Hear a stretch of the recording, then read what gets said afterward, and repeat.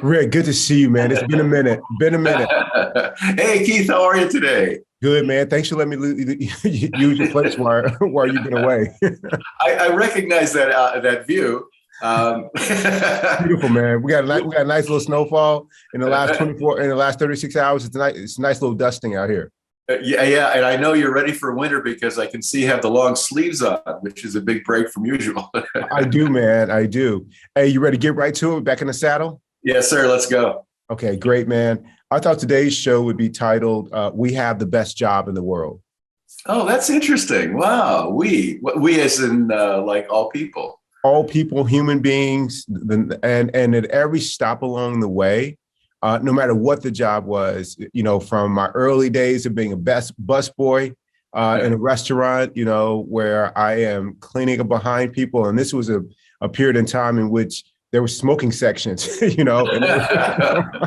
the smoking section just really meant that everybody was getting some dose of the smoke, whether it's first hand or second hand, everybody was getting it no matter where you seated, cleaning up diapers, their parents may have left at the table, all the way through my days of working for a moving company to the military, working on a farm growing up. All those things, man, I've had the best job in the world. And I didn't start to realize that, Rick, until I became really clear. Back then, I thought that some of those were the worst jobs. But as I started to do the practice, I got really clear that I will have the best job in the world if my doing is being informed by my being. And what I mean by that is that if I'm being grateful while I'm going about whatever the task or the work is, if I'm being open and compassionate, and remember that at my core, I'm not my title of what the job says, I'm a servant and I'm a vehicle for consciousness. And everywhere I go, no matter what I'm doing, I can sprinkle kindness all over the place, man. And so since I've taken that on, Rick, I come to work all the time, no matter what I'm doing. I'm in a great mood. And if I'm in a great mood, I feel like I can contribute to others in a more effective, more loving way. Boy, that's so true. Good for you, Keith. That's a wonderful realization. I think that's another theme that we talk about a lot on our show, which is about circumstance defining you as opposed to you defining yourself. So, for example, when you're talking about being a busboy, or in my case, when I was a roofer, or I was a mover also, or doing things that were thinking like, we're at the bottom of the socioeconomic scale here. Why am I here? Instead of looking at it that way, you look at it as an opportunity to learn something new about something about yourself. So when you're talking about having the best job in the world, the first thing that came to my mind was, your life unfolds, and it unfolds at its own pace. You can't force things, even though we're always trying to force things. And as things unfold, secrets are revealed, not only about the world, but about yourself and how you handle them. So the beautiful thing about no matter what circumstance you're in, it's an opportunity to grab something new, to understand something new about yourself. And even if it isn't the greatest thing you want to know about yourself, like I'm a spoiled brat and I really shouldn't be complaining, but I am. That's a great thing to know, because then you can start working on it and be the best person that you can be.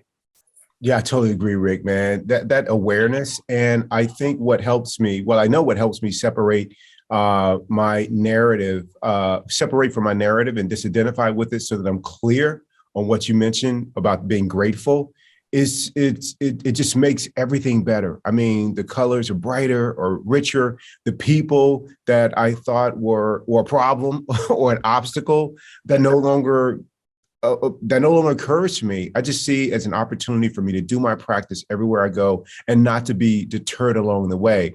The other thing that I've noticed is that when my being is informing how I go about my work or informing my doing, what I've noticed is how that my gratitude threshold has gotten lower. Now, my standards of how I want to perform and show up are still very high, Yeah. but my gratitude threshold is lower. So I'm able to see all the good, even on a day that normally I would, as Keith 1.0 would have suffered, caused suffering, all those things. I'm able to see everything. Classic example.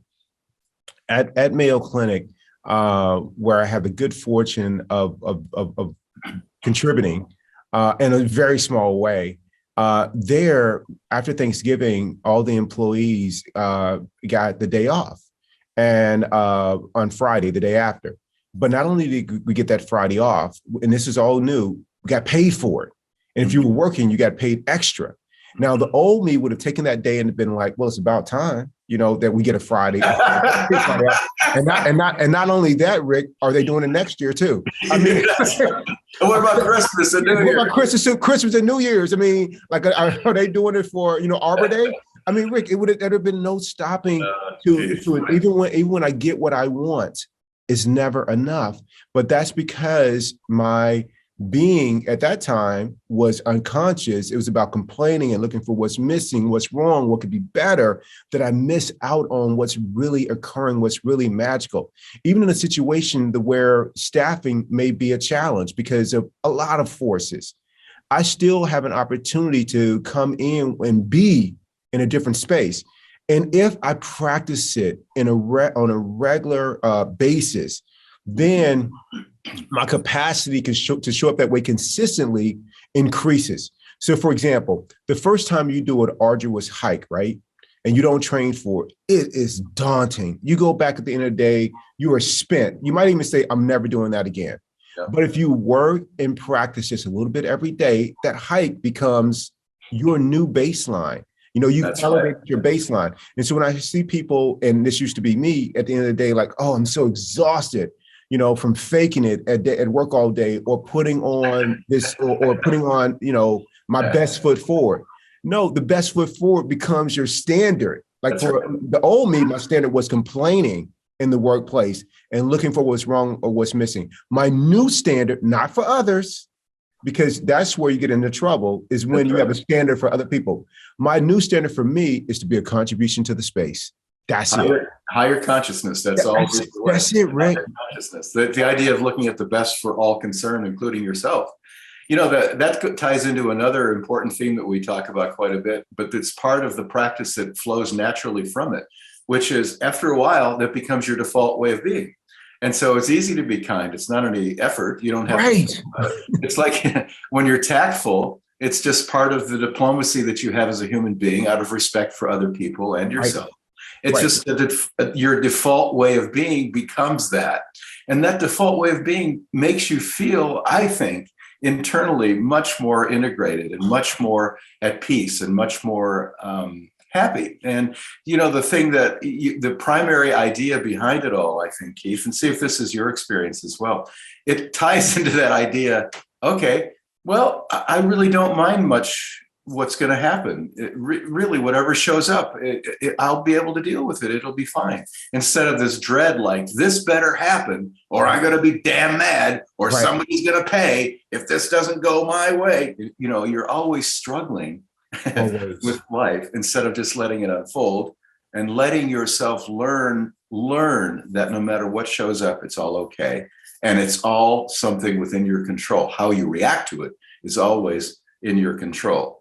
And that's something that we confuse all the time. The idea that the circumstances are causing me to be this way. Or if only you were more like me, we wouldn't have this issue. And it's all backwards. It's 100% backwards, man. One of my good friends who is a physician at Mayo, he's been doing the practice, man. He reminded me the other day when we were in a meeting, he's like, dude, I'm coming up on my anniversary, my 1-year anniversary. Wow. And he was just, expressing gratitude for the practice and for our friendship. And he was sharing that the way that he would normally come into work if he looked the night before at his schedule. And that's a good idea to just take a peek at it to see, okay, this is what I have ahead of me. What a lot of people do and what he used to do is like, he had an idea of what a good day would look like, and then he had an idea of what it wouldn't look like. And so he looked at it, he's like, 15 patients? How am I supposed to see 15 patients? And they are all half an hour. I see four patients here that at least need an hour and a half of my time. And he was going to this tailspin about what the next day would be like. And they have to, take notes, so that the patient records are accurate. And then if another consultant or physician comes in to care for that patient, then they know where they left off and they're fully informed about what the previous care that was provided, and which may inform what the next a dose of care will be. And he said, so I see this patient at 8 o'clock. I'm not getting to my notes till 5 or 6. How am I supposed to remember this? Like all of that is who he was being driving into work. So what do you think his colleagues experienced when he walked through the door? And he told me the other day, he's like, man, I saw my patients. I said 15 patients, like they gonna get the best of me today. All 15. Wow. He said he was on fire with his notes. They were concise. They were great. He had a levity to him, a pep in his step, all those things because he was aware he had a choice. The reason that I do the practice on a daily basis is so that I am always mindful that I have a choice of how I show up in this moment, not Always, about the next moment, always, but I always have a choice, and that informs who I'm being. And and the more and more I practice it, the more and more it becomes effortless. It doesn't require any extra energy for me to be up. And I also set myself up for success. What my nighttime ritual is like. You do the same thing, Rick, how I begin my morning with the practice, all of that goes into play. And there are going to be those days in which I may not get a lot of sleep for whatever reason, picking someone up from an airport, the alarm, going off in the middle of the night. I get a phone call, whatever the case may be, which will be tough because my phone is always off. But if I get a phone call in the middle of the night, whatever the case may be, then you will get the best key, because I'll do my practice in the morning. You will get the best Keith you can get with the alarm going off, getting a phone call in the middle of the night, and having to pick up a friend at the airport at 2 a.m. You still get the best Keith because I began my day with the practice. Now, if those things happen and I didn't begin my day in practice, good luck to everybody, because it's going to be a rough ride with me that day, because my being will definitely inform my doing, but I won't be conscious as I'm going through it. I will be in the throes of how rough the night was before because of all these things that I wish wouldn't have happened, that shouldn't have happened, that did happen. And so I just find, Rick, that when I show up this way, man, I don't care what the job is, it almost doesn't even matter. I have the best job in the world.